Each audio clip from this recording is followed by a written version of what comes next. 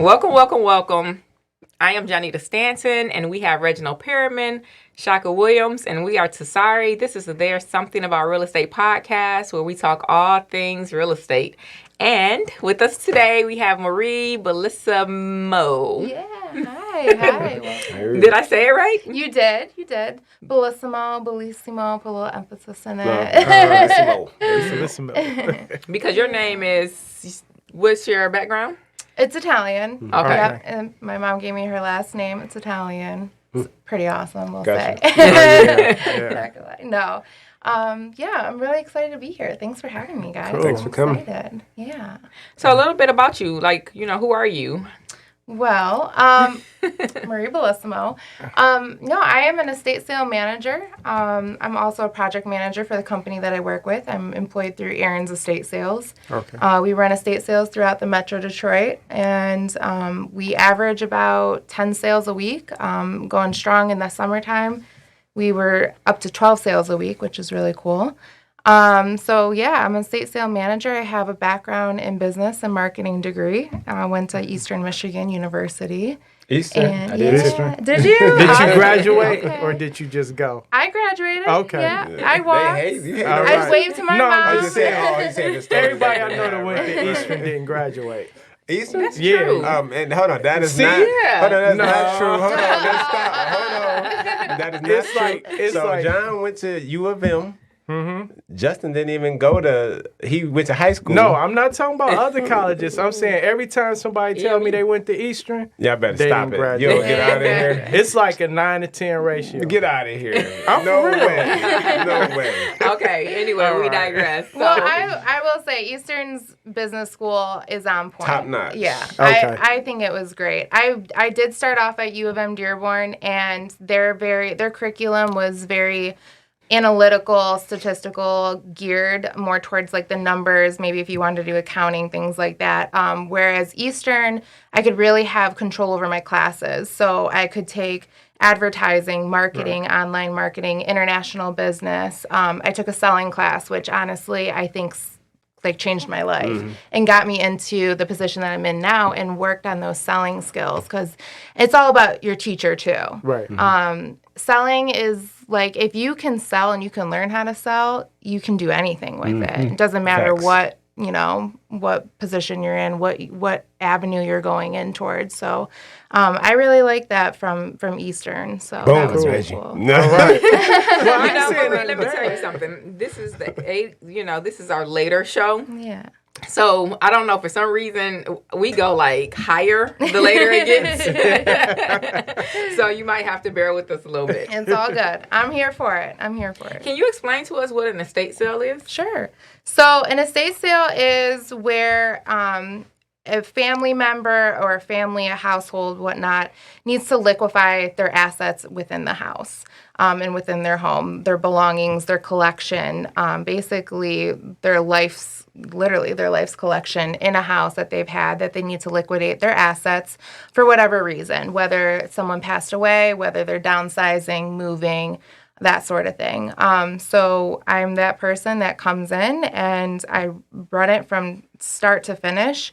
I guess I can kind of talk about the process of how an estate sale goes. So our team goes in there and we look at the house from a whole, see what's in there, is it worth to have an estate sale, things like that. But a good fact to know about why estate sales even exist is that the average household typically has about $10,000 to $20,000 worth of assets in their home, whether it's anything from an actual collection of something to any of the items that are in your kitchen, bathrooms, bedrooms, furniture, you name it. You add that all up and it can be, $10,000 to $20,000 depending on, that's just minimum. Then you get into the nicer houses and people who have an eclectic of whatever, whether it's really cool record collection or antiques or vintage. Some people just have some amazing furniture pieces that are worth a lot of money. So we go in there, we take a look at it, and then we basically stage the house from there because that's where the estate sale runs. And you have the public that you invite to your house, to the house, and they come and they shop the sale. So it's like basically a walk-in store in a house, which is really cool. So we stage it, we organize it, we make it pretty. we, try to declutter it as much as we can. Sometimes we have houses that we can't do that, but we work our magic. And then I run the estate sale. I run the team. There's a lot that goes into making an estate sale what it is. It's not, it's cool from an outsider's point of view where you just like come in and shop the sale and you just see everything like really nice displayed on the table and everything's priced and everything. But the amount of work and effort that goes into making that happen and making it look is a lot of work. But it's a lot of fun too. And if you have the right team and you know how to lead a team to do it properly and get it done efficiently, it can turn out to be a really great sale. So how do you like market an estate sale? What are some of the strategies you're using? So thank God we live in a society right now where just social media is it, right? So all online marketing. However, we do have physical signs that we put in the ground every single morning of an estate sale. Right. You'll see them on the corners throughout Metro Detroit. It'll say estate sale pointing this way, pointing that way. Right. So we do that too, but we focus on all the social media channels, obviously Instagram, Facebook. We even do sometimes video walkthroughs on YouTube. But there's also websites called estatesales.net, .org.com, you name it, and you can, it's kind of like a Craigslist. You just post it on there. You post all your photos, descriptions, things like that, and that's how we do it. And then you can advertise regionally. You can advertise locally within 50 miles, whatever the case may be. So depending on the sale, sometimes it is worth to market regionally. And most of my sales that I work are marketed regionally because we do have some really cool things that end up in that sale that we want to, maybe sell outside of Metro Detroit. And I've had people come from like Milwaukee or Chicago and drive to my sales just to get an item that they wanted, that they're interested in. So that's really cool too. It really brings in a lot of people and working with the public too. So you're talking about like antiques and collectibles. Yeah. Anything from antiques to collectibles to literally what's in your kitchen. Gotcha. Like a spoon. Wow, like your Black & Decker mixer. Like literally anything. It is sellable basically. I could probably sell it. But the people coming from out of state are coming in for what do they mainly come in for? Mainly they come in for the antiques and the collectibles. I will say. Sometimes furniture, depends. I do get a lot of interior designers who travel and they just want some really cool pieces for their clients, for themselves, whatnot.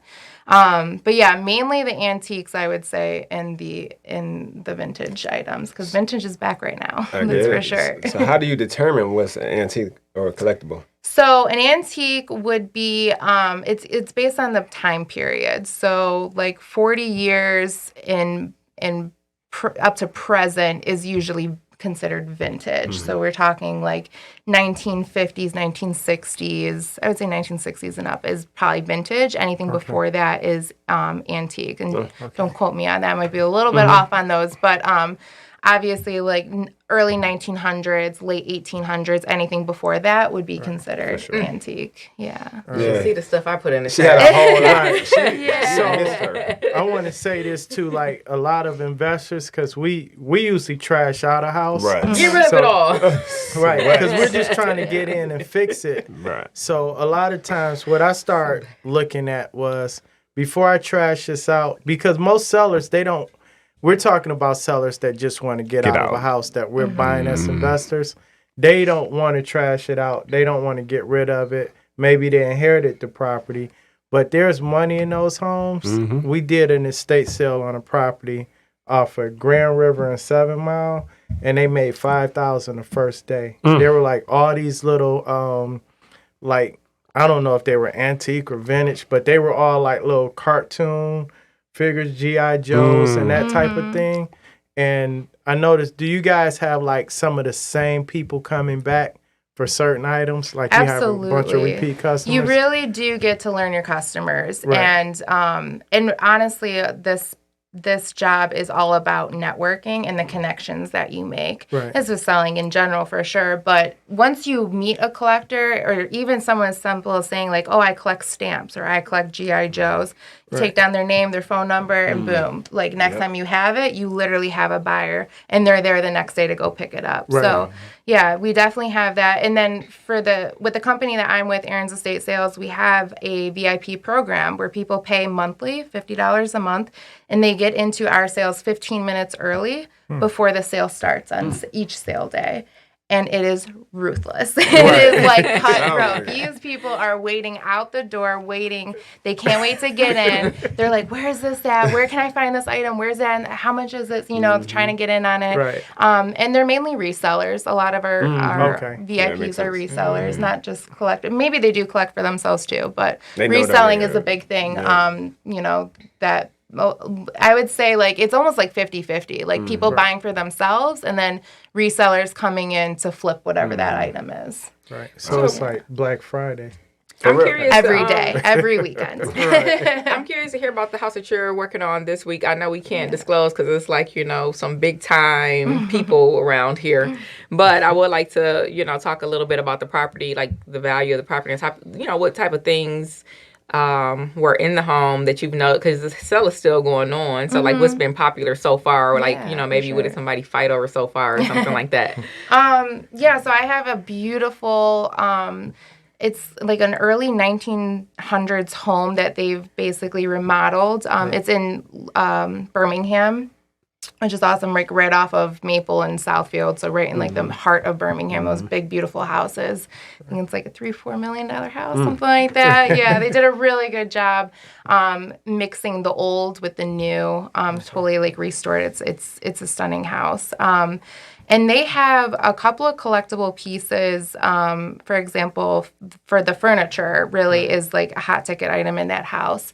And they have a dining room set in with the dining room chairs, the table, and the sideboard is about a $50,000 to $70,000 set. And it is a reproduction of a furniture. It's called the Winterthur, which is from the DuPont family, which is a estate in Delaware.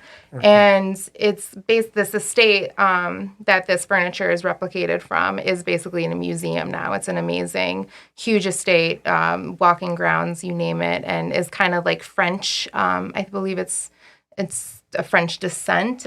So it is that antique, beautiful veneer, wood finish, just stunning. Like, I don't know if you've ever seen it, but like, what are they called? Eagle legs, like on the pedestals and marble top tables, and just like the intricate designs, hand carved. I mean, just one of a kind pieces that you've never seen. So a couple of pieces in this home are one of the first of 50 production, and there's only like 100 of these made in the world. So we do come across these like specialty pieces that you literally can't find anywhere else. They're either in museums or they're in big people's houses that you'll never see ever again. Quick question. So do people, do you just set the price, or do people bid when they get there for certain items? So we do set the price. We take a lot of time to research things.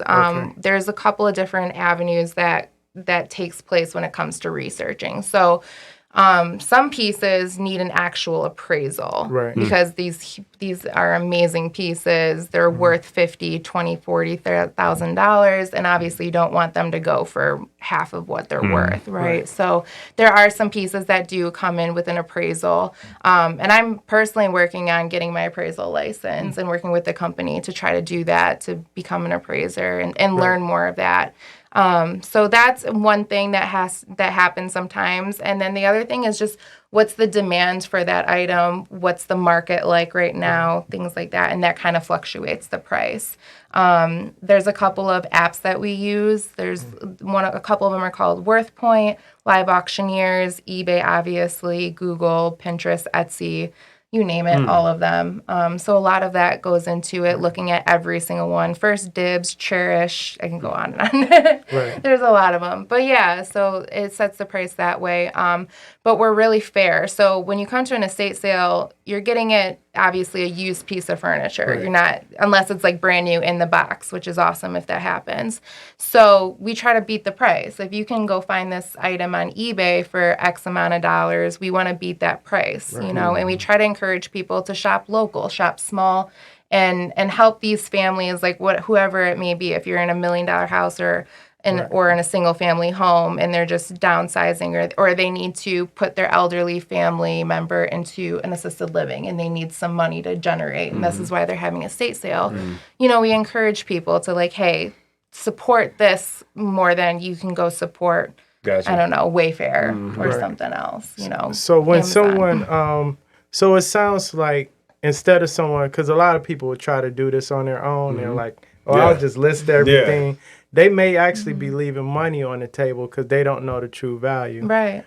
So you guys do a lot of research to determine the market value and the demand. Yeah, absolutely. That and like just our, like we were talking about, our returning customers. Right. We have a huge following that just follow our company because we're just known we're awesome for it. Right. You know, phenomenal work. Yeah, exactly. Yeah, I mean, I will say, like, my team sets the bar high when they come into our estate sales. Like, they know, oh, this is Aaron's estate sales. Marie is the one leading this. Like, you know, they do recognize that coming in, and you do develop these relationships with the people, and it's awesome. It's an awesome learning experience too, and to meet different people who collect different things, and they educate you on them, and they are not afraid to tell you what you did wrong when it comes to pricing or this and that. So, No, you had mentioned something. You said the demand is there.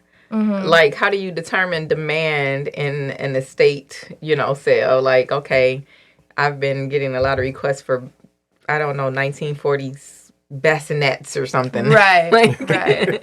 Yeah, I guess it's really like the trends right now. So right now, vinyl is coming back. I've been it's collecting huge. vinyl. Oh yeah, exactly. Yeah. So you know what I mean, like that, things like that. The vintage right now, like when what's that show? The 1960s business show that came out, and they used all vintage. Oh, Mad Men. Yeah, right. So, you know, when things like that come out, and then everyone wants that type of furniture in their house and whatnot. So we call it mid-century modern, just 50s and 60s furniture, things like that. Yeah, and originals, like anything that's original, anything that like you can't buy today because it's just not the same. Things like that, and antique, like I said, antiques have been around forever, right? And so people sometimes are looking for specific things for that. So yeah, I think that has to do with a lot of demand, clothing wise, but also just wanting kind of like the best in your house too. Right. And they'll shop like the big sales for that. Like, if you go to a Birmingham sale, you know that you're about to find some Williams Sonoma in there, or some Swarovski crystal, or whatever, you know what I mean, down to the knives in the drawers, like Wusthof knives, things like that. Those are the $75 knife sets. Dropping names. So you mentioned clothing as well. So this can include like someone has a fur, or they have some vintage pieces or something like that, hats and everything. So you guys include that as well as the furniture. Yeah, literally, jewelry? I could sell your socks. Okay. I'm curious about things like that, as far as like the furs and the leathers and this type of culture that we have right now, where, you know, people don't really, you know, they the kind vegans. People kind of frown. So I will admit, I love, you know, it's bad, but I like the feel of a leather, the smell, because I grew up, you know, my grandparents, that's what they, you know, liked. Right.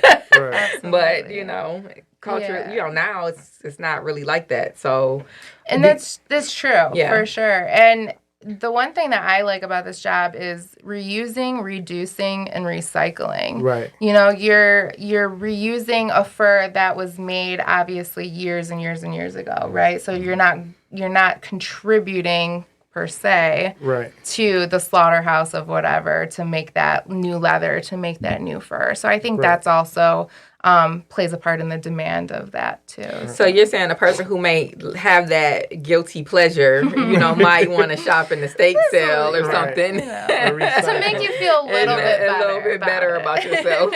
So let me ask you this: do you ever have a client? Because like even with houses, we get people that say, "Oh, this is worth this because I did this," and it's only valuable to them. How do you handle your clients that say, "Oh, well, I have this China set and they probably brought it like at Sears or something. Right. Yeah. Yeah. How do you handle those clients and help them understand the true value of those things? Yeah, it's difficult sometimes, I will say, to have to let somebody know that, hey, what you think is valuable is just not that valuable when it comes to monetary, you know. So that is a delicate situation, but I tried to let them look at it from like the bigger thing of like, instead of focusing on this one china set, let's focus on the fact that we can clear out your house potentially, or what you're going to use this money towards. You know, this maybe it's worth $600 when you bought it, but someone offers you $200 for it. You know what I mean? But like that $200 can get your estate sale to $2,000, like after you sell everything else, or a couple thousand, things like that. So I try to make them look at it from the bigger point of view than just honing on that actual number. I was watching a designer, like, you know, a YouTube designer, and she, like, when she travels, she brings back like the cups, or like china, you know, fine china or something like that. So like that's one of her things. Like, I collect these cups and these saucers, and I put them in this cabinet. Do you ever see collections like that not be very valuable, even if a person is traveling like all around the world, bringing them back? Yeah, that does have teacups and saucers for sure. You will see the china cabinet never sells. It's the one thing that is always left at the end of the day. But yeah, that happens. Sometimes like the old crystal, that's just like the crystal bowls, the candy dishes, things like that. Sometimes those just aren't as valuable anymore. But you never know. You never know that, like I said, someone could walk in one day at the estate sale and they do collect that, and they'll buy all of it if the price is right. You work with them and whatnot. So there's literally a market for everybody at an estate sale, because there's all different things. It's always different, in new location, new house, new items, you know, and new people walking in the door because of that. So I do think that's really cool to have those people come in and just be like, you know. So that means that it's not just for rich people. No, not at all. Yeah, not at all. Yeah, we have a place right now. I was telling the one I was telling you about, I was telling Shaka that I wanted you to come by. And he's like, none of that stuff in there is worth anything. You never know. Which place is that? In Southfield. Well, the house. The house I sold was. I mean, she can take a look at it. Jonnita missed out on a lot of money on Pardee though. So the house I sold, it was an $85,000 house, and they made $5,000 the first day on the estate sale. They made another $3,000 the next day. So they made like almost 10% of the house value on stuff that they were getting ready to throw away. Like, I had already called the guy to do the clean out, and then I was like, let me call an estate sale rep, because there was a lot of little things, and I was like, this may be worth something, I don't know. But I told him I'll take all the vinyl, and I kept that. So I just been collecting vinyl. Jonnita missed out on about $30,000. Yeah. In vinyl or no, just look. So she had a house. I mean, the house she bought is a 1800 house. Okay. For real. No way. Yes. I can only imagine the things in and that house. The stuff that was in there, it was everything in there, but it was, so I couldn't even go in there. She took me in there to look at it before she bought it. Right. It's dusty, it's dirty, no, it was damaged. more than that. It was dogs, dog piss everywhere. This was bad. You know what I mean? I'm like, for real, I had it when we went in there, I went in there for like 3 minutes. I did like a real quick 3-minute walkthrough, and I'm like, I gotta go. Yeah. You know what I mean? But I came back after she bought it, and I know we threw away. I know. Probably. It's a few things there that she might need to take a look at, but we threw the majority of the money away. Do you ever like restore items, or? Not necessarily. Okay. Yeah, that's a tough one. Not necessarily. Right. We try to spruce it up as much as possible. Okay. If it's worth it, we'll do what we can to it. Okay. But people kind of like to dig. I'm not gonna lie. Like the house could be in disarray, and that does not deter people from showing up to an estate sale. I promise you that. They will go through wrap poop and everything. Like, not everybody will. Some people do a 3-minute and walk out. Like, there's nothing wrong with that either. But they do like to look and dig for that treasure because they're looking for a treasure. Right. They're looking for that one thing that's like, oh, this is going to make me some money. And if I got to do a little, roll up my sleeves and get to work. Like a real treasure hunt. Yeah. Literally. Wow. Like the people on the beach looking for the... You never know. So what you recommend, so for like us investors, we're buying properties, we go in, normally we trash them out. Should we start like sending photos and stuff to our estate sale rep, say, hey, this is what we got? I would, like, honestly, even just like a quick FaceTime with me, like I would be able to be like, all right, this looks like something, go closer, no, this, no, you know what I mean? Like, and it's usually valuable to do an estate sale if you have at a minimum, I would say, of $6,000 worth of sales that you can do. And then anything over that is most likely going to be profit. Because when you're working with an estate sale, obviously there's going to be a commission involved. Sometimes it's a 50-50 split, 60-40, 70-30. Every business is different and every estate sale is different. But obviously the more that the client can make, the more that they get to keep, sort of thing. So... But yeah, you just never know. So let's say I'm in a house and there's tons of stuff and you determine, well, there's only 4 items in here that we can sell. Will you take those items and help us sell them or sell them somewhere else, maybe include them in another estate sale? Yeah, that could always be a possibility. Absolutely. Also, we have, I have networks to auction houses, and that's also a thing too. So if it is something that would be worthy enough to go into an auction, that's also an avenue as well. But yeah, I mean, even just to list it for you online is not, it takes the time off of your hands to do it, you know what I mean? Just so you can get something back out of it, you know, you never know. But, I guess that brings us, so what's the typical cost or a cost to a homeowner that's trying to sell some stuff? So the typical cost, I would say, like in terms of like commission and contract, that sort of thing. So typically, what I've noticed in Metro Detroit is usually at first 50-50 split. Also, what kind of goes into that too sometimes is the setup fee. So if we go into a house and it's a hoarder house and it's been a hoarder house for 30 years, it's going to take our team a long time to get through that. A long time, I'm talking like 3 days. Like we can do a hoarder house within 8 hours a day, 10-hour days, and get it done in 3 days. I've seen my team do it. It's pretty wild. So there's a setup fee that goes involved, that it's involved with it. But if it's, you know, not as bad of a situation like that, then that can fluctuate. And then also, another cost to look out for in a estate sale is a clean out, like you were saying. So where people come in or a team comes in and they just discard everything out of the house for you. They sometimes sweep the floors, vacuum them, and then you're ready to get your photographer in there to start taking photos of the house, or the new owners are ready to hand over the keys. And that's usually the case with me, is that the house has already been listed, it's pending, new owners are literally waiting to get in on Monday when my sale ends on Sunday. So... That's also a thing. So what do you do? So the house that we explained, like Jonnita, I'm not lying. It was literally like dogs and cats and rabbits. Mice and rabbits. It was worthy of one of those TV shows, the hoarder shows. I'm not lying. So I'm a contractor, so I can go in a lot of stuff. I've been in a lot of stuff, but this one right here was the one I couldn't do. So there's been times that we had to turn away. I'm not gonna lie. Sometimes you just can't do it. Sometimes it's it's too far gone and it's not safe for letting the public in there.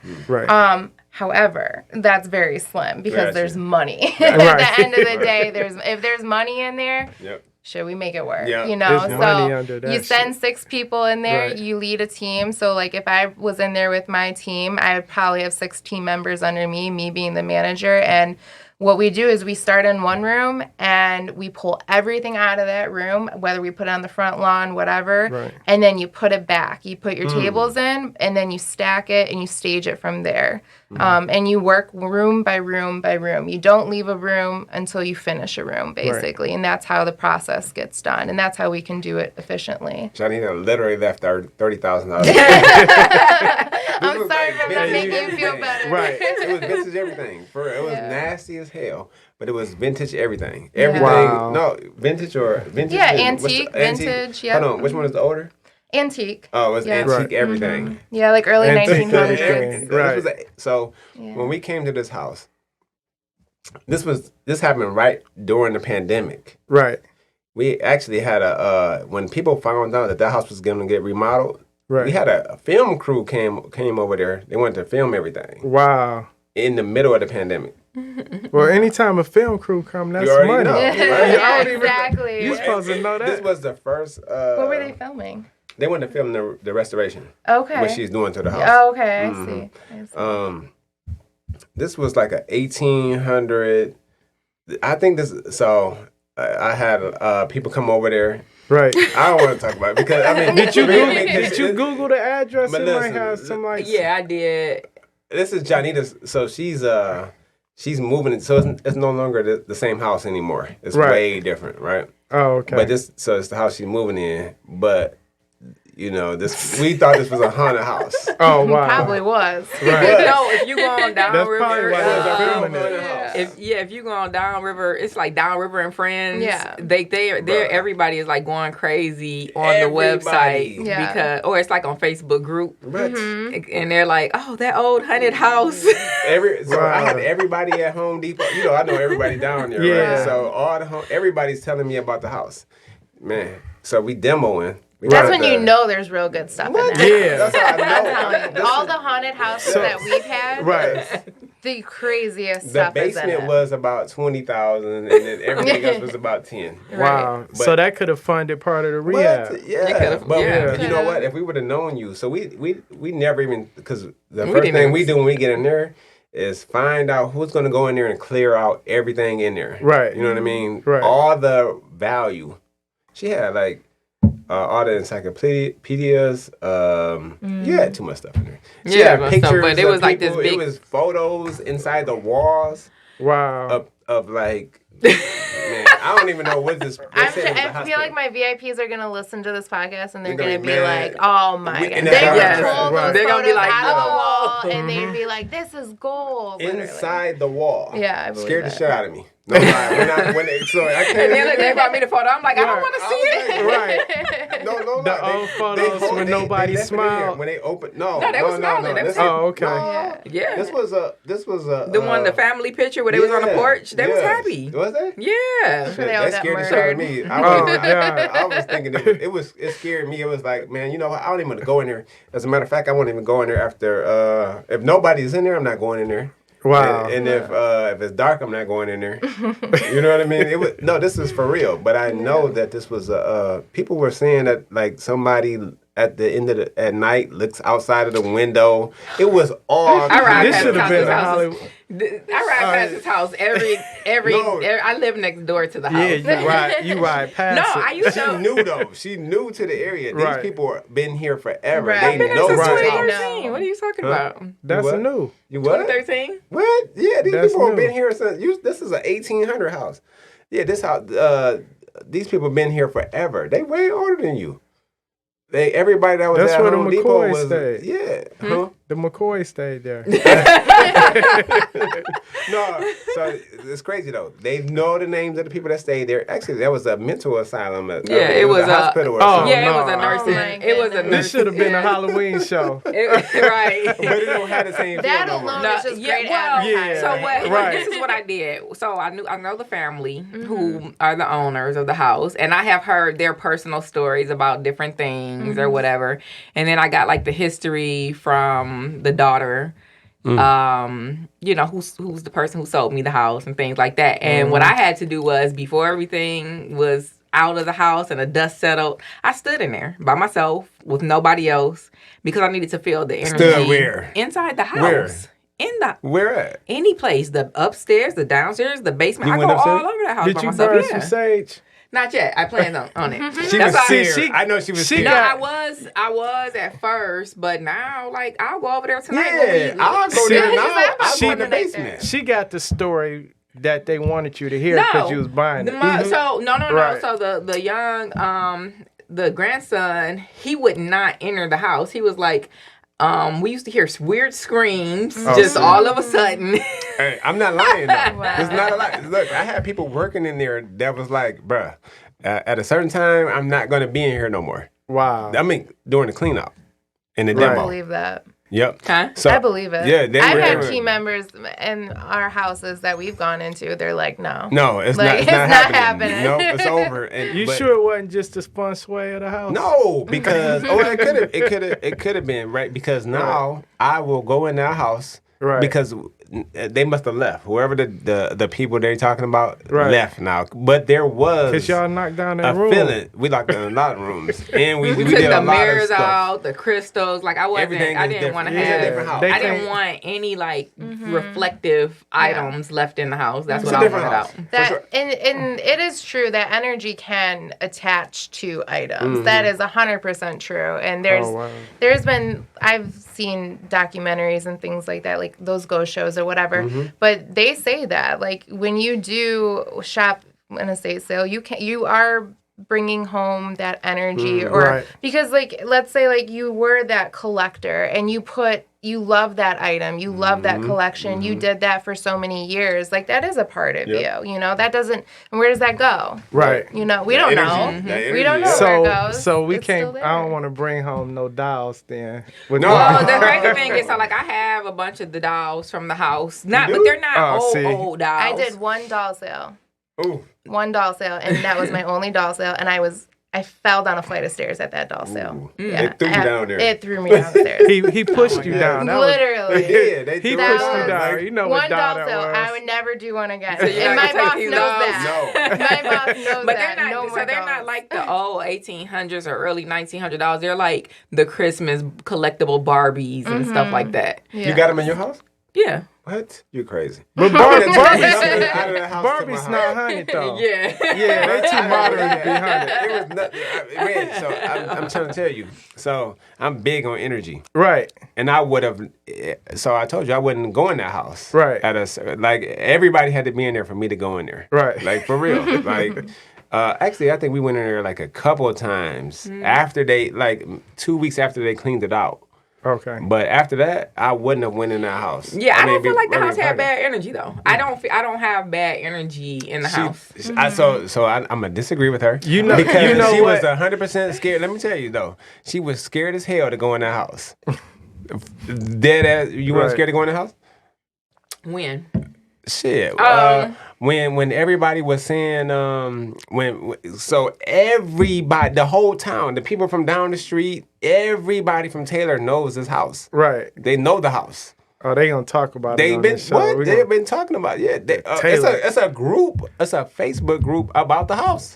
No, And you still brought it? It's not about the house. It It's came down afterwards for though. friends. It came No. after. Look, I'm gonna look it It's up. the Downriver Man. Friends Afterward. group, so they talk about the house inside that group because it's part of the Downriver community. That's what it is. Well, let's get back. What scared me is the 30,000 y'all threw away. Yeah. So let's We let's 100% figure did out. that. I know we did that. So how We still does got somebody? radiators. No, yeah, we got them. They're gonna sell. But though. I get it. Like you guys, you guys are the investors, right? So you're there to make money on this property, and you can't start making money unless it's ready for you to do what you got to do to it. I think if investors know this part of it, I think I'll be willing to sit 100%. back. Because how long does it take you to prepare and run an estate sale? It takes 2 days to prepare. 1 day, really, if it's like a decent regular house. Takes 1 day, Right. up to 4 staff. 1 day, set it up, price it, get it advertised the same day. Right. And then you run the estate sale for about 3 days, Friday, Saturday, Sunday. So Yeah, we have time for that. Yeah. So John Doe wants to sell grandma's house. I come over, I look at it. I say, fine, we buy it, we close. I send you photos, FaceTime you. Hey, look at this stuff. Is it worth anything? You say yes. Give you a week.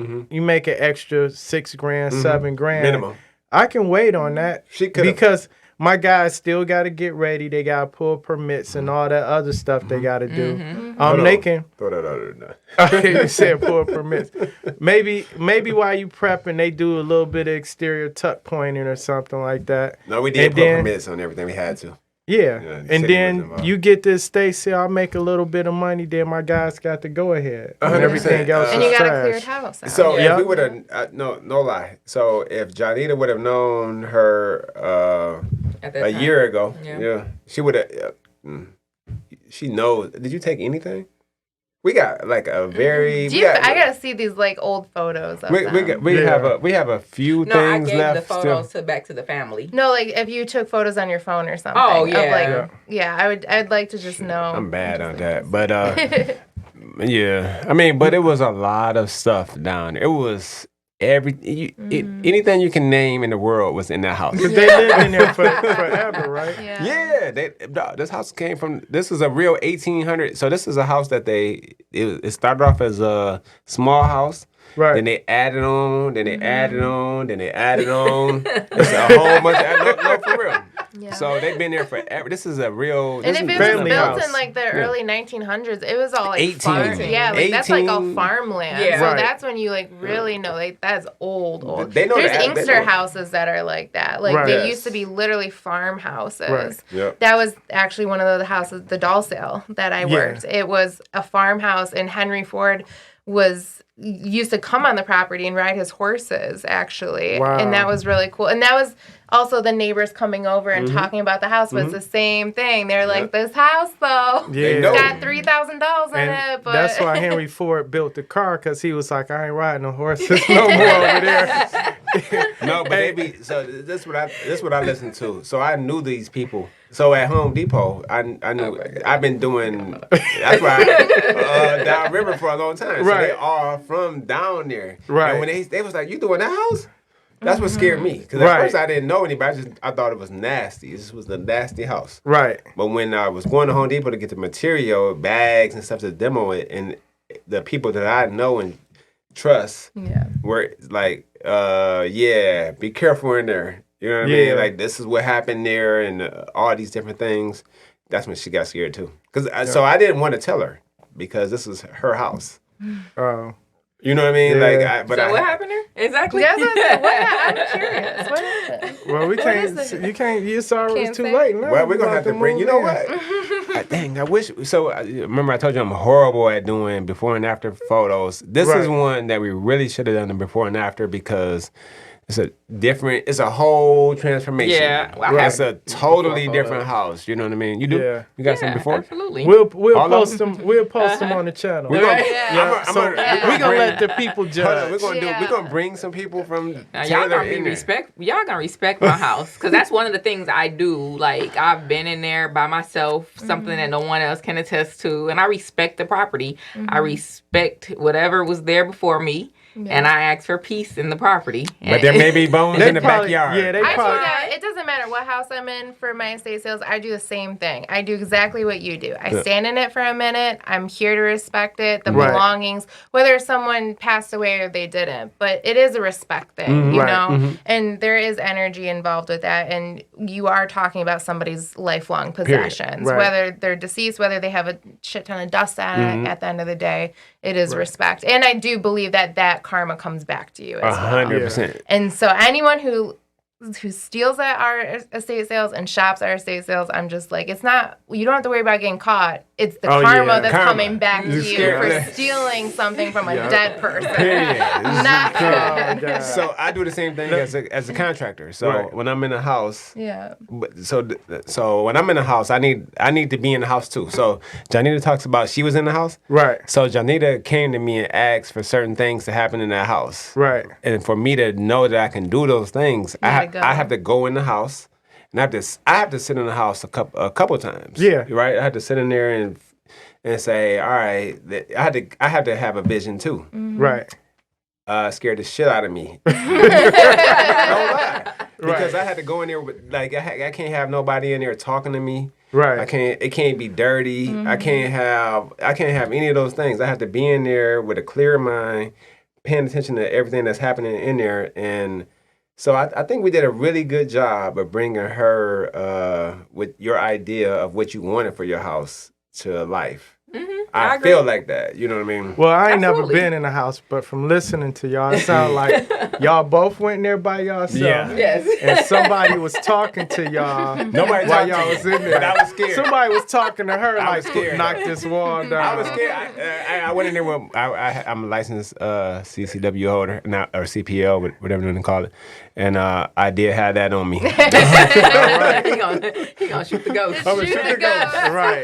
Well, that's what those holes in the wall are for. Yeah, Right. Exactly. No, So- but I did. Yeah. Let me. I want to go back to the estate sales because it's dark in that parking lot. So, for items, what are some of the hottest items you're seeing now? Like everybody's like, oh, we gotta have this. Is it like we mentioned vinyl or is vinyl, vintage clothes for Okay. sure, like from the 60s, 70s, 80s clothes for sure. Bell bottoms. Okay. You name it, corduroy. Doesn't even matter. Wow. Yeah, literally any of Right. those. Yeah, those are really the hottest ticket items right now. This is not as fun, but books, really. Books are a great sell. I love books. Right. I really do. And when you come across a really good collection of books, and some people do, like they have, I'm like amazed by when people have like libraries in their house. I'm like, I want this. I just want a whole wall full of books. Like it's so cool. So those are really hot commodities that we sell for sure. So they had like in the basement. no, I'm sorry. I'm really curious about No. the encyclopedia set They- that you said what? was in there, because And I that's guarantee right. that was some money. That's in the I'm trash? pretty sure it's in the trash. Yeah. Oh my god. Encyclopedia So hold on. Britannica? They had a My mom bathroom. I had all of them at Yeah. one point. They had a bathroom in the basement. Somebody lived in that basement. Right. So somebody lived in the basement and they was marking on the walls. No lie. how many days they were locked down? They was I marking bet something. when he get finished, I'll tell you what it was. Okay, go ahead. So the grandfather was a fruit farmer. So if you go in the back, it's like 2 acres of land and different trees. And like I didn't understand. My dad took me back there, and he's like, "Oh, that's a cherry tree," and I'm like, "Dang, got all these fruit trees." But then I'm talking to the daughter who's like 80 now, who sold me the house. And she was like, "Oh yeah, my dad used to be a fruit farmer. So he preserved the fruit in jars and he put it in the basement. And so he had to date. That's what he took records of. The date. Yeah, the canning. Exactly. That's what it was. Yep. No. Labels. No. Because those are all the murder victims. No, I hear think- that. right. I understand that. No, I don't think it was murders. No. I hear you though. That's a little more great than theory. fruit. That's a great Right. theory. That's Yeah, a, I mean, she great wasn't theory. over there talking with me and my dad when he was showing me all of the fruit that's actually growing on the I property. believe it's a big it's a big property, so I believe it. I mean, I hear that, but that's not what it was. And then down they there. were Alright. using the basement for storage. So anyway, No, they were using the digress. basement. Somebody's thing. Somebody stayed in that basement. So there's a bathroom down, a toilet, and then there's a sink. That was just a teenage son. Let's just say that. Yes, Teenager, teenagers want their privacy. It's gonna be my little workout It's space. a Michigan basement. Yeah. She ain't gonna go down there. She gonna be running. And we did a good job restoring Right. that Okay. basement. They got this is an old basement with they built this by hand. Right. Like no lie. Like this is not this is Like the old Michigan basement. yes. Yeah, this is cobblestone. It's not Yeah. bricks. Was Wow. brick Yeah. and stone. Well, but on the Sometimes you can't even get into those basements. Correct. We've had basements like that at our sales, and we have to take the stuff out because the stairs are just so steep. Short, yeah. It's Right. like you got Yes. 4 stairs, and you're just like in a cellar Yes. or in a dungeon. that's where we at. But Yeah. this is not. So I've seen a lot of bad Michigan basements, and this is not that. It is a smaller basement with a lower ceiling, but y'all can stand straight up in there. I can. And No, in part of it. and they did a good job of like keeping it up. So like they've had the floor tile. Because somebody stayed down there. Maybe they did. Right. A lot, I mean, I lived in my great grandmother's basement for the first part of my life. I agree. But so we were. What is one of the biggest items that you've sold, or like most? Are we saying Most expensive. most expensive? Right. Most It could be small. expensive. Well, I'll talk about one item right now that I'm selling. So I'm selling this really awesome jukebox. It's a Oh, sweet. Wurlitzer, I want to say, jukebox. I think it's from the 1950s, if I'm not mistaken. It has been restored. So that's at my sale this weekend, and I've had so much traction on it, and I've had so many people from out of state calling our office wanting to get information on it, so I've been blasting out photos and texts and everything. How much does something like that cost? I have a $25,000 price tag on it. Okay. So does it still work? It does light up. There's parts of it that does light up, but it does there's something to it that needs to be repaired a little bit on it. But if it you gotta look on the back of it and see if the font signed it. See if it's autographed. Yeah, so something like that is really cool. And then one of the furniture pieces that I have is $55,000. It's like a high chest. It looks like a piece that's out of Beauty and the Beast, like the chest, that's like the wardrobe that comes alive. You know, like the huge. It's like 8-9 feet tall.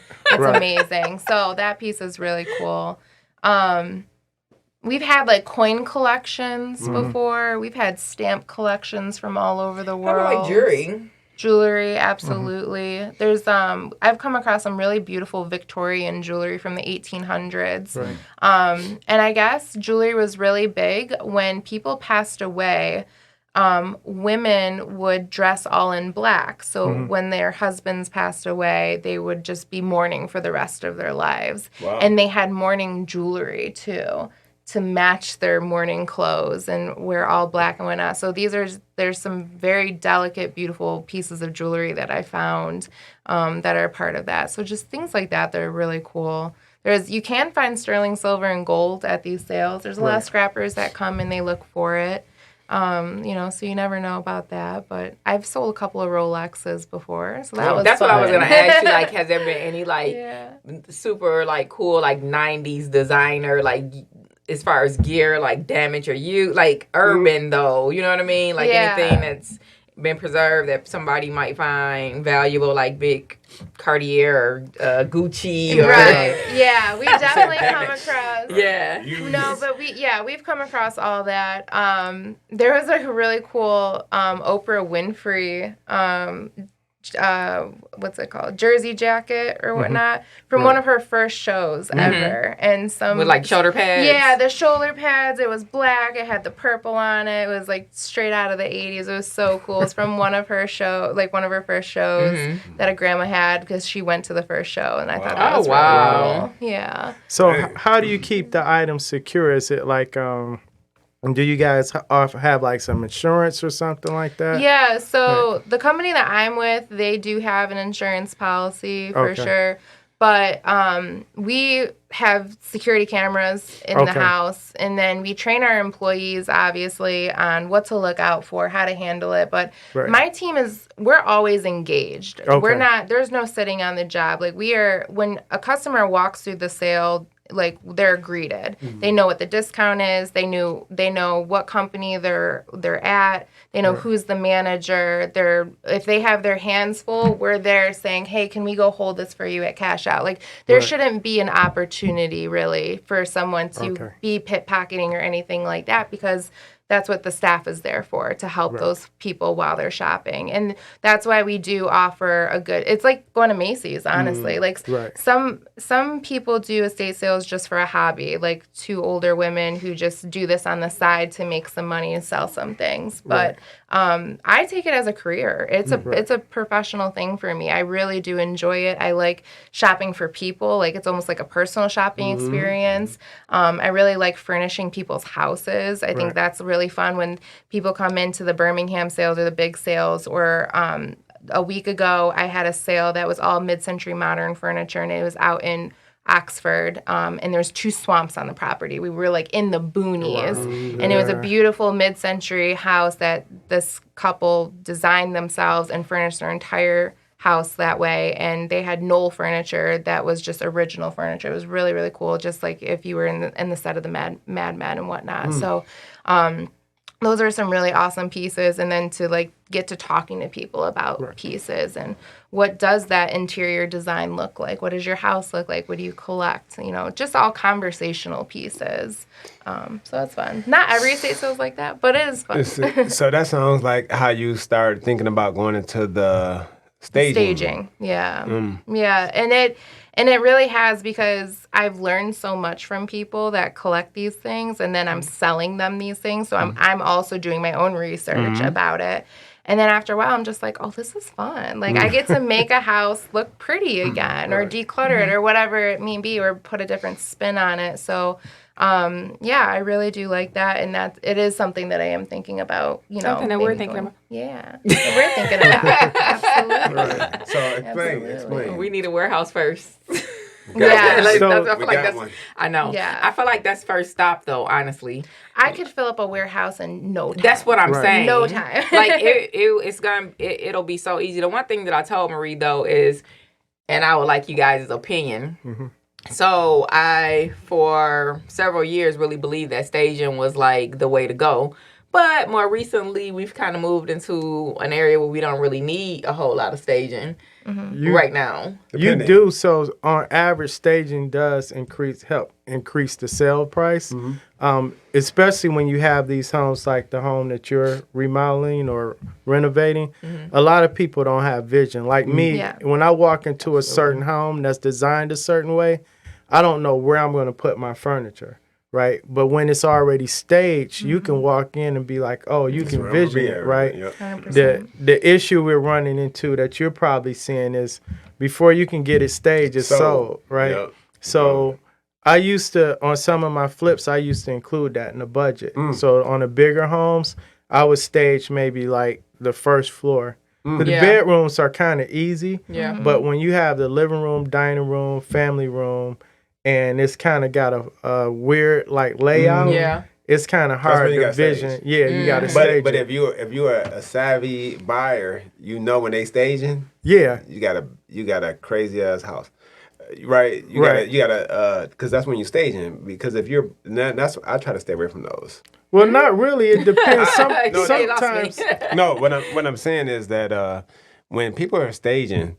So if you got a standard, when I do my flips or my, our flips. I was about to say when you do what? Right. Our flips, I always keep families and women in mind. Right. Right. When I'm doing the flips. So it's like, all right, how are they going to do everything? Right.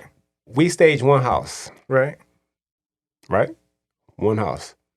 And it was because it was a house. We staged two houses, Artesian and Memorial. We did. Two houses. And they were both weird houses. Right.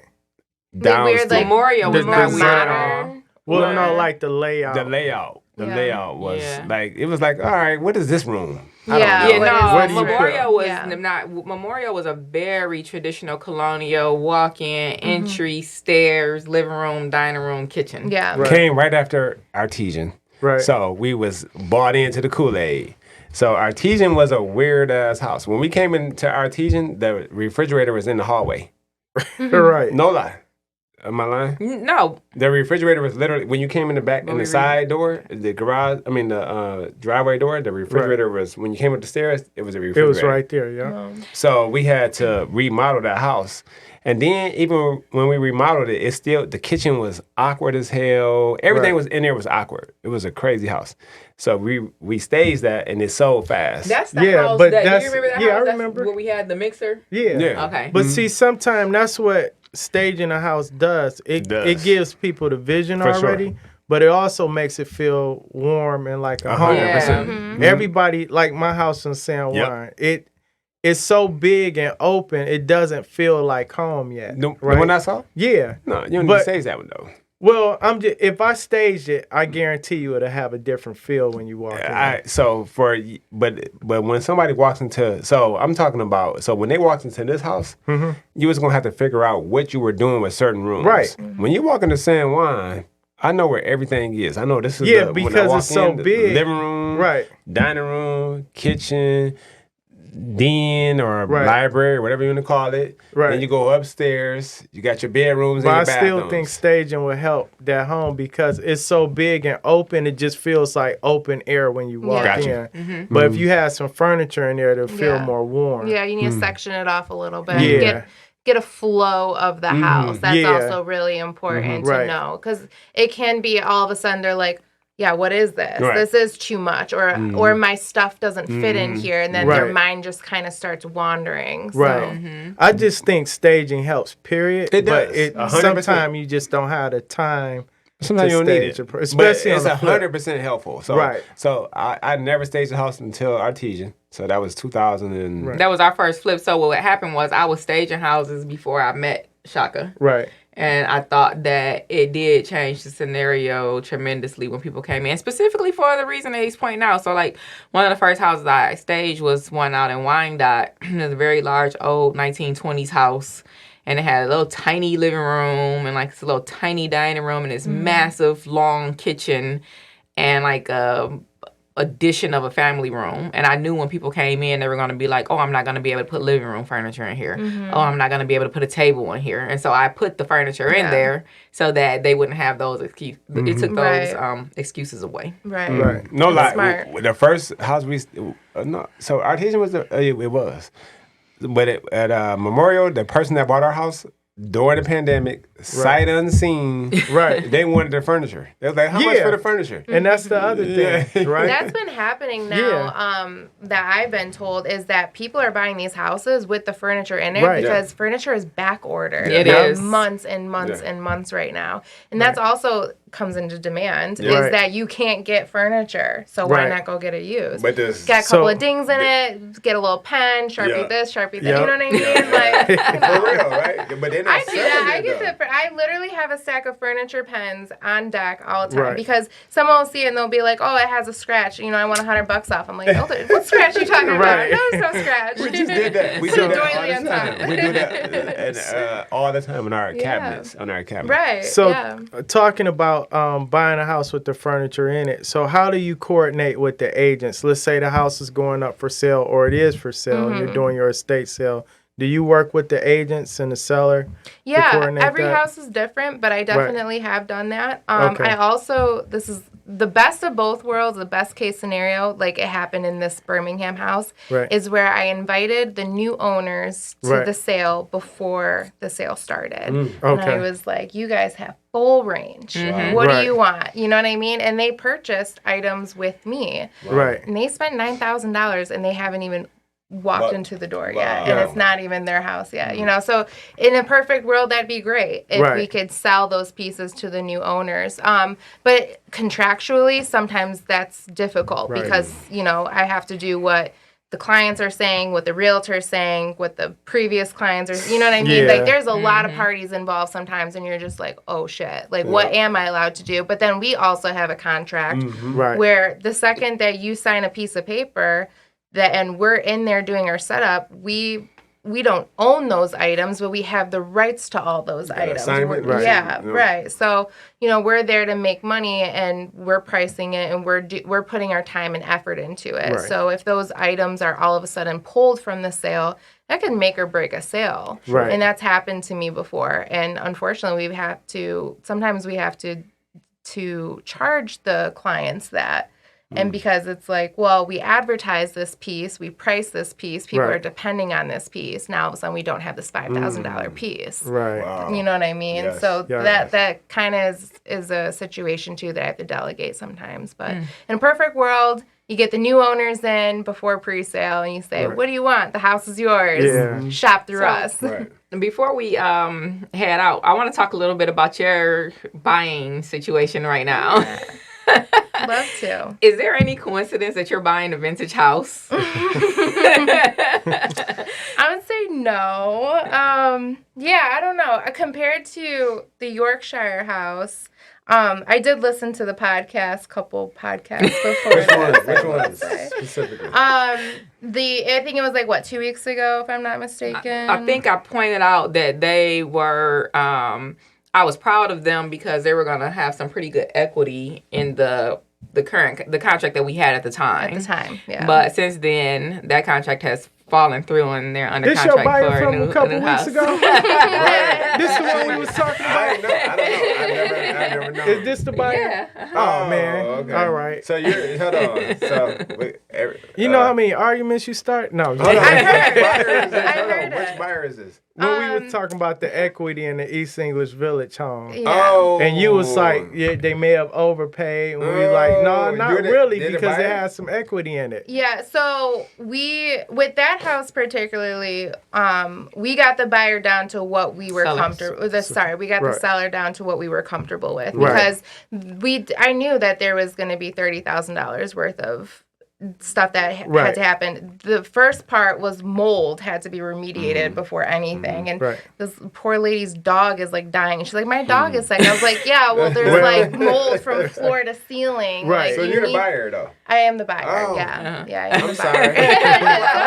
buyer. You're supposed to No, give but us I this learned a information. lot. I really did learn a lot from your conversation, and even just like throwing words out there like equity and but also like my question was like, okay, we're kind of in a market right now where you have no choice but to overbid.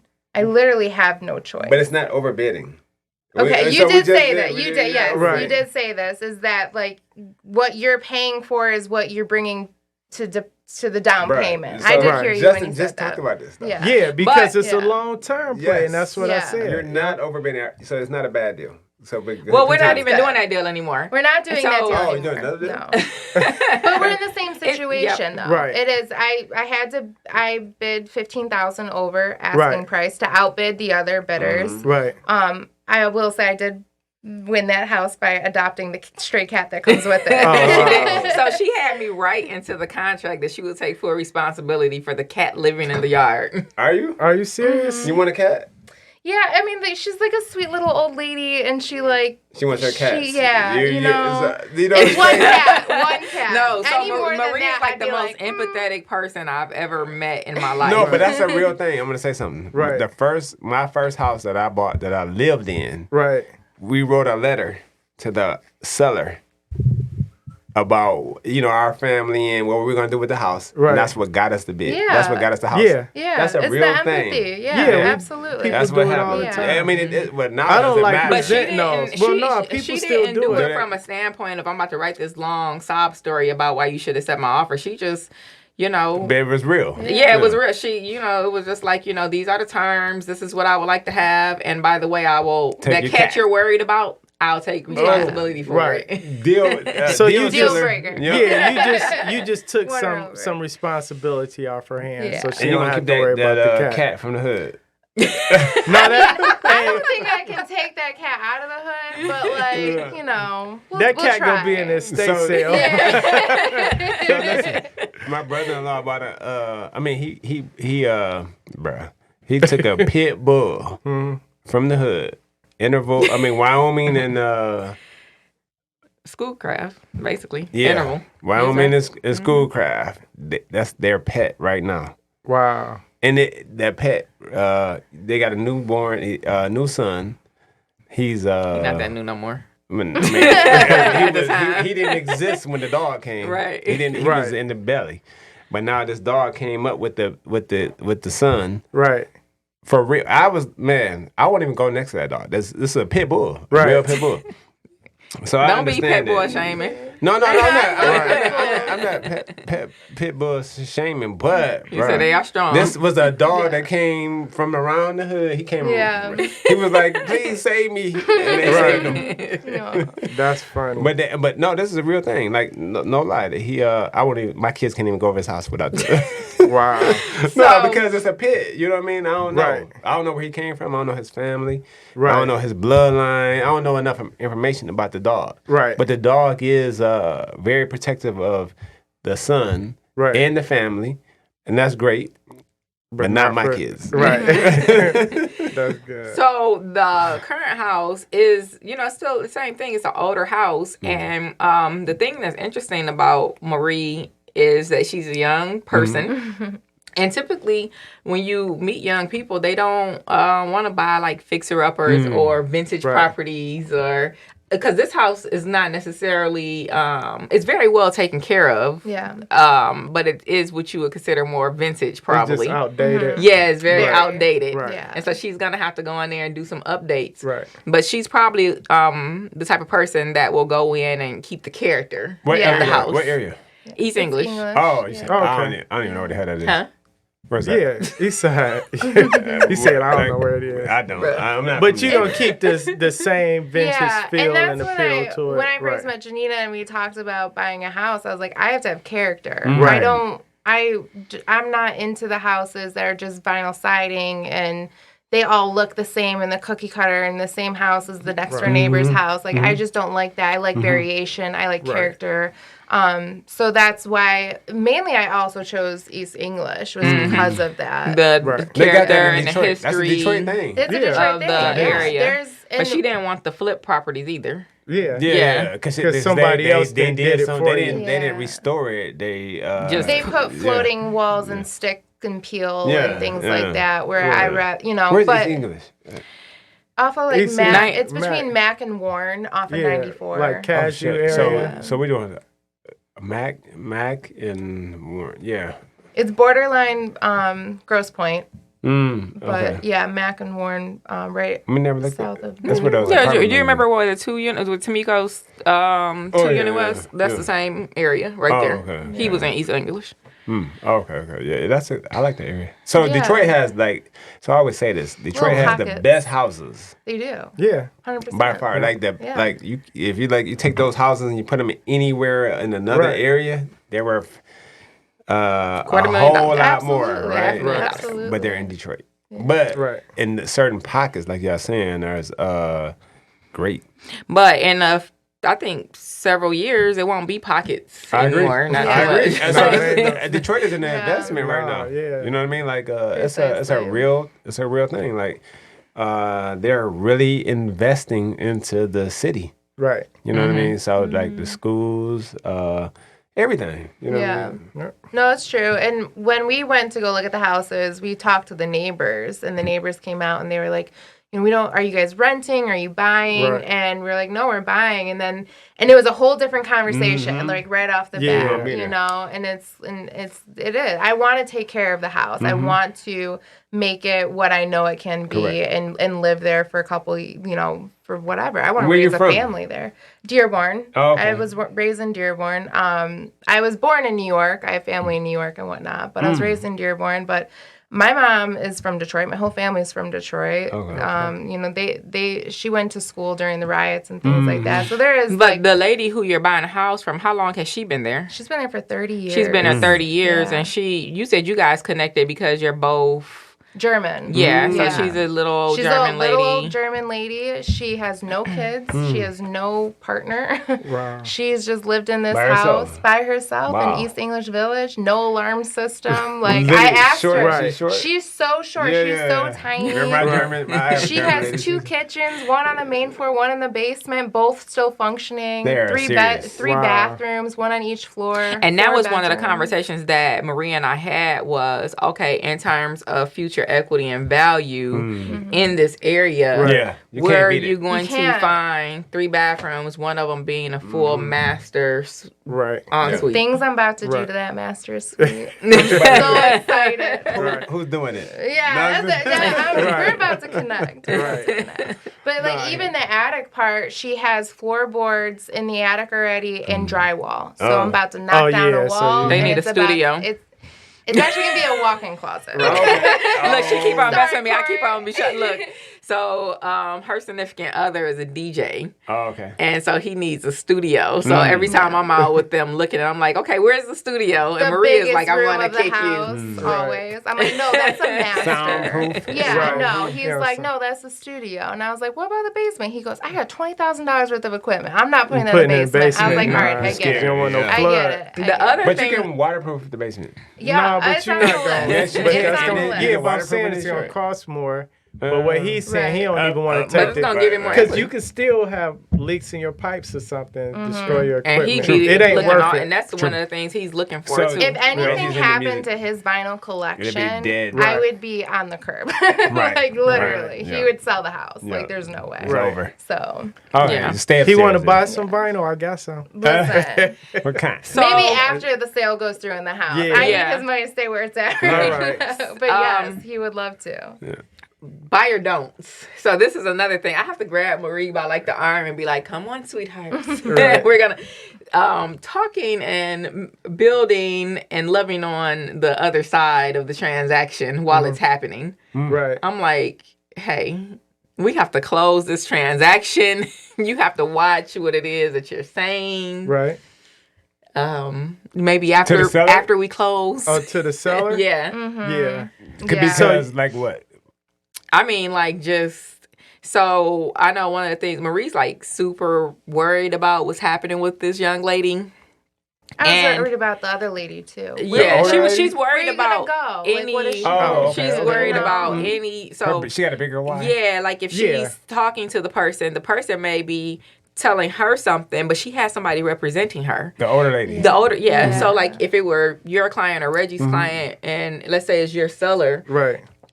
You've already consulted that person. You've already figured out what she's doing. You figure those things out, and now that individual is coming telling the new owner something. So the two buyer and seller is talking, and they're disclosing too much information that may interfere with the sale. I mean, she's so sweet. Right. And after a while, and Donovan was there with me. He didn't ring me in, I will say. He could have been like, he's like, why don't you like step over here?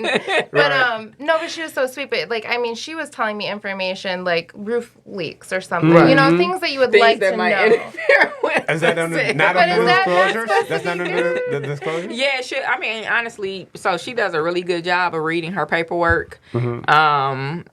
She went in with reading all of her disclosures, getting her inspections, all of them, mold, radon, everything. She paid for extra. Yeah. Exactly. Yep. And talking to the seller, finding out all of the things that you might not see or something. Well, that's kind of like her. That's good. That's it's just you know, I'm a data person, right? So I got to have the facts. And I'm a first-time home buyer. So this is a big deal to me, you know? Right. So I wasn't prepared. I was always told that the seller isn't supposed to be there. And this is the second circumstance where the seller was always there. And the first time, it wasn't that great. She bad energy. Right. She didn't want to sell her home. I wasn't, and I was telling Jonnita, I was like, I don't want anyone to feel like I'm pushing them out of their house. I said, yeah, they're selling, but I'm not trying to be part of that gentrification where it's disrespectful. Right. You know, so good for you. So you want good. You want good karma. Good karma. But yeah, this sweet old lady, you know, she just doesn't. She was telling me she doesn't have a place to go, and then all of a sudden she's talking about January and February, and I'm like, I thought we had 30 days. Right. It's like 30 days free is what I gave you, you know. So you want to be in there by Christmas. I think it depends on the buyer. Like I have buyers and sellers that get along very well where the seller called me and be like, oh yeah, we had dinner with the buyers last night. What? Because they were walking the neighborhood. I'm like, what the hell? You know, but I let people, however their relationship builds naturally, I don't try to interfere with them. But whoever I'm representing in a transaction, I tell them what not to say. Because I don't never want you to be at a disadvantage, right? Because you disclose something you shouldn't have. But sometimes people just like each other. Like, and that's what I was telling Marie. I said, hey, I can't tell you what to do, but I just said you have to be careful. Yeah. I had taught your sense. But some sellers, I've actually had sellers that say, we're looking at 17 offers, and they keep asking me, well, which one is that? Which one is that? I'm like, I don't know none of these people. They're represented by buyers, agents. I wasn't there. They say, which one was that? And then they'll say, well, was their agent named such and such? Right. And I'll say, yeah. They say, oh, I like that couple. Let's go with their offer. Even though it's $5,000 less, I just like their kids. So listen, we want a family to have it. So sometimes it works. It happens that way. So I had a family member a long time ago when I met Jonnita, selling a house on a, what was that? Oak Park? No. Over in Detroit. The one my aunt was over. Oh, Warrington. Oh, I'm sorry. Yeah, that was Warrington. And what area is that? UAD. That's University. Yeah. Oh, University. And I didn't want to tell my aunt, so it's my uncle, and I know that whatever I wanted to buy it for, I could get it, because it's my family. But I didn't want it that way, so we put it in a silent bid through somebody else. Right.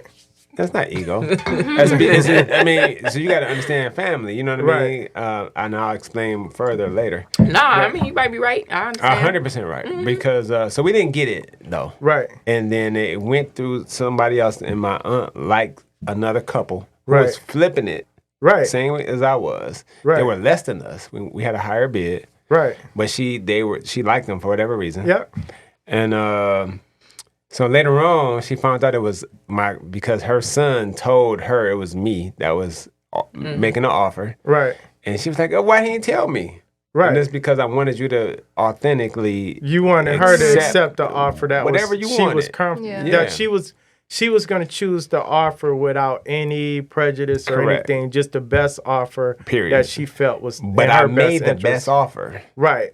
Financially by far. Right. But I didn't want her to pick it because I was her nephew. Right. And we lost. Even and that if my mind serves me correctly, that transaction was a headache for them. It was. Yeah. For them, and ours was simple. You know, we cash and it's easy. We know what's going on in there. We knew everything, right? But I just didn't want to push it. I wanted her to accept the offer that she wanted. So it didn't work out for us, and we went to the next deal. See, I'm opposite. I would have said, here's my offer, but I'll let you put it out in the general public on the market. If you find something better, I had insider information though. So she was coming to me to consult me about the other offers. Right. Because you know what I mean? I'm the nephew. So she was coming to consult me. I knew everything that was on the table. So when I came in with my offer behind back door, it was better than everything she had on the table. But that was in her best interest to get the highest amount. 100%. Right. But so financially 100%. Right. But maybe not emotionally 100%. Maybe you want to go with who you feel comfortable with. But she would have been able to do that either way, whether she knew it was your offer 100%, or not. But maybe she didn't. That's why she didn't choose us.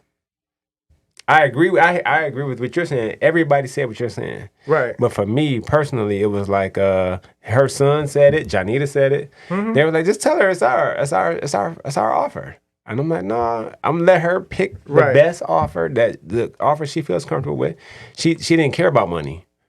She cared about what was most comfortable. She picked the people. She would have cared about you. Crazy. She would have cared about. I haven't been over there. She would have cared about you more than somebody else 100% that wasn't her family. Biased, so, well, not really biased. I mean, the whole purpose for us owning real estate is so that we can try to pass down something to our family, right? Agreed. Sometimes you pass it down through inheritance. Sometimes you sell it to your family member. Right? But if you're still getting fair market value, why not give it to your family? I hear you. Do you ever have that in estate sales where the family come in and screw everything up, muck it up? She said. All the time. Right. All the time. You have the neighbors, the cousins, the third cousins coming in from out of town. Yeah, that happens all the time. And it is tough because it's like, these are their items, but I'm representing the client, and I have to remember that at the end of the day. I'm here for whoever signed that contract. That's who I represent. So I have to do what's right for them and what's best for them.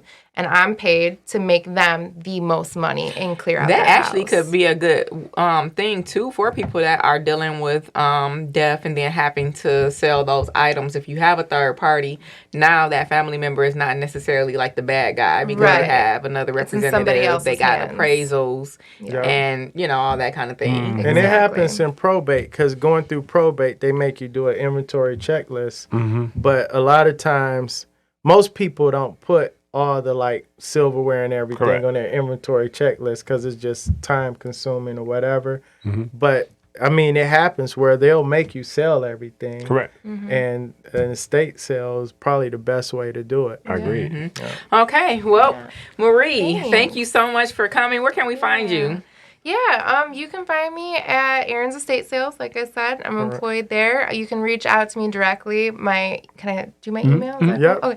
It's bellissimo.marie@gmail.com. bellissimo.marie@gmail.com. And reach out to me that way. I'm also on LinkedIn, Facebook, Instagram, you name it. I would love to have an estate sale for any of your clients. If you guys come across that, let me know we know better now. Let me know the next, wishy-washy house that you come across. You never know, because one man's junk is another one's treasure. Correct. So you just never know. Yeah. Okay. But thank you so much. Great show, everybody. Thank you can find us on all the podcast platforms. Thank y'all. Love it. All right. Have a good night.